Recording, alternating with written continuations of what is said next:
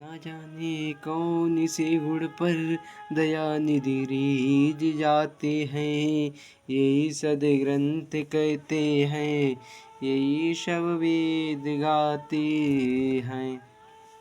ये जो पंक्तियाँ मैंने आपको सुनाई हैं, ये सत्य पंक्तियाँ हैं। ऐसी भागवत भक्त जो ठाकुर जी साक्षात रूप में प्रकट होकर उनकी गोद में भोजन किया करते थे, ऐसी वक्ता का आप सभी लोग चरित्र सर्व करने जाते हैं। जो बोलो राधे राधे। भक्तिमती श्री कर्माबाई।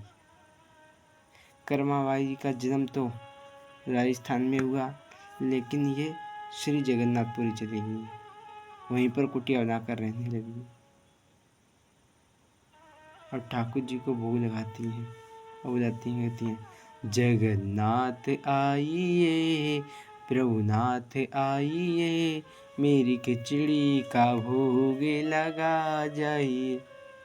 ऐसा पंक्तियाँ गाती हैं और ठाकुर जी आ जाते हैं प्रेम भाव की बस से आके ठाकुर जी कर्माबाई के अपने गोद में बैठ जाते हैं और फिर कर्माबाई प्रेम पूर्वक ठाकुर जी को भोग लगाती है, चावल का भोग खिलाती है ठाकुर जी को, सुंदर से जो चावल रांधती है वह खिलाती है ठाकुर जी को। अब ठाकुर जी रोज आते। पंडित जी ने देखा, एक साधु थे, उन्होंने देखा कि ऐसी भक्ता ये जल्दी जल्दी में ठाकुर जी को भोग लगाती है, ये स्नान ध्यान कुछ नहीं करती है। और उस जो थे संत, उन्होंने कहा कि देवी आप स्नान कर लिया करो तो ठाकुर जी की सेवा करा करो। अब कर्माबाई क्या करती है, स्नान करती हैं, तब ठाकुर जी को भोग लगाती हैं। भोग लगाते, रोज ठाकुर जी को भोग लगाती थी। पहले तो जल्दी हो जाता था, अब स्नान करने के बाद तब रसोई में जाके चावल पकाना, तब ठाकुर जी को भोग लगाना, बहुत समय हो जाता, तब तक मंदिर के पट खुल जाते थे। तो ठाकुर जी ने पुजारी संत के सपने में कहा कि जो मेरी भक्त से कहा है वैसे तुम उनको मना कर दो, कि जैसे पहले भाव से भोग लगाती थी उसी प्रकार भोग लगा। दूसरे दिन संत आए हैं और कर्माबाई से कहा, हे कर्माबाई तू धन्य है, तू जैसे जिस प्रकार पहले भोग लगाती थी वैसे ही ठाकुर जी को भोग लगा।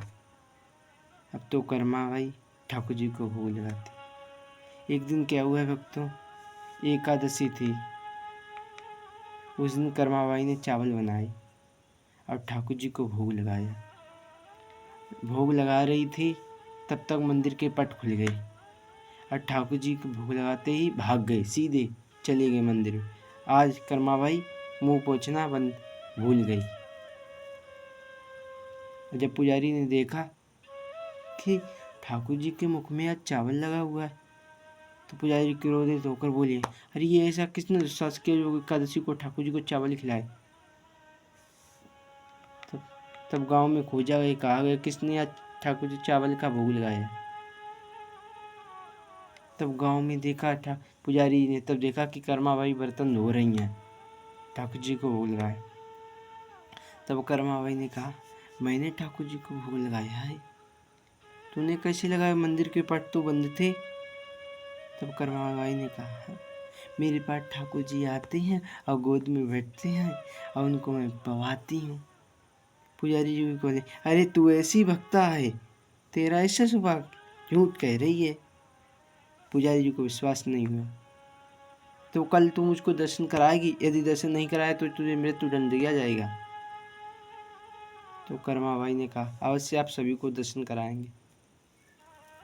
तो दूसरा दिन हुआ प्यारे भक्तों, पुजारी जी और सभी लोग, आज सभी गांव में पता लग गया था आज कर्माबाई की परीक्षा ली जाएगी, तो सभी लोग वहां पर एकत्रित हो गए। उस समय क्या हुआ, कर्माबाई ने ठाकुर जी के लिए भोजन बनाया है भक्तों और ठाकुर जी को बुलाया है, जगन्नाथ आइए, प्रभुनाथ आइए, मेरी खिचड़ी का भोग लगा जाइए। अब तो ठाकुर जी साक्षात रूप में प्रकट हुए हैं और कर्माबाई के हाथ से खा रहे हैं खिचड़ी, लेकिन पुजारियों को नहीं दिखा। पुजारियों को इतना तो जरूर दिखा कि कर्माबाई जो खिचड़ी लेती है और भोग लगाती है, लेकिन अदृश्य हो जाती है। पुजारी जी ने प्रार्थना की कि हे कर्मा, तुम धन्य हो, तुम ऐसी वक्ता हो, धन्य हो, तुम्हारा जीवन धन्य है। तुम कृपा करके ठाकुर जी से कह दीजिए कि मुझे भी दर्शन दे दें, हम सब पर भी कृपा करें। हमसे क्या भूल हो गई जो ठाकुर जी हमको नहीं दिख रहे हैं? कब मैं इतना पापी हूँ? इस प्रकार पुजारी जी ने कहा है। तो कर्मा ने निवेदन किया है, ठाकुर जी आप इनको क्यों नहीं दिख रहे हो, मुझको दिख रहे हो? तो ठाकुर जी ने कहा, निर्मल मंजन सोम पाम, हे कर्मा तेरा जैसा भाव इनका नहीं है, इसलिए मैं इनको नहीं दिख रहा हूँ, तुझको दिख रहा हूँ। तो कर्मा भाई ने कहा, ठाकुर जी इसको इन सबको दर्शन दीजिए। तब कर्मा के कहने पर सभी पुजारियों को दर्शन दिए। लेकिन प्यारे भक्तों, जीवन का सत्य बुढ़ापा है, बुढ़ापा के बाद मृत्यु तो आनी तय है। ऐसा ही जीवन कर्माबाई के समय हुआ। प्यारियों, एक ऐसा समय आया कि कर्माबाई ठाकुर जी के लोक में चली गई। उस दिन तो देखा पुजारी ने कि जगन्नाथ जी के मुख से आंखों से आंसू झरझर बह रहे हैं। पुजारी ने निवेदन किया, है प्रभु आप क्यों रो रहे हैं? तब मंदिर से आवाज आई, हे पुजारियों, मेरी परम भक्ता कर्मा आज हमें छोड़कर चली गई, इसलिए मैं रो रहा हूँ। अब मुझे कौन खिचड़ी खिलाएगा, इसलिए मैं रो रहा।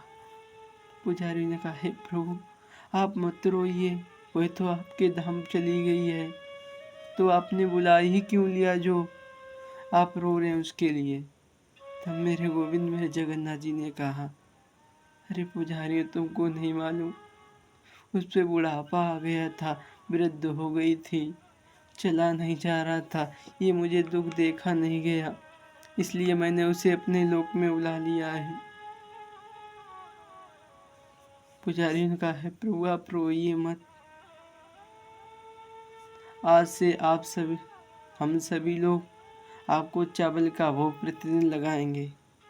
प्यारे भक्तों, आज से सदियाँ बीत गई, लेकिन आज भी जगन्नाथ जी को चावल का भोग, खिचड़ी का भोग लगता है। ऐसी भक्ति थी परम भक्ता श्री कर्माबाई। बोलिए कर्माबाई की जय जय जय श्री राधे श्याम।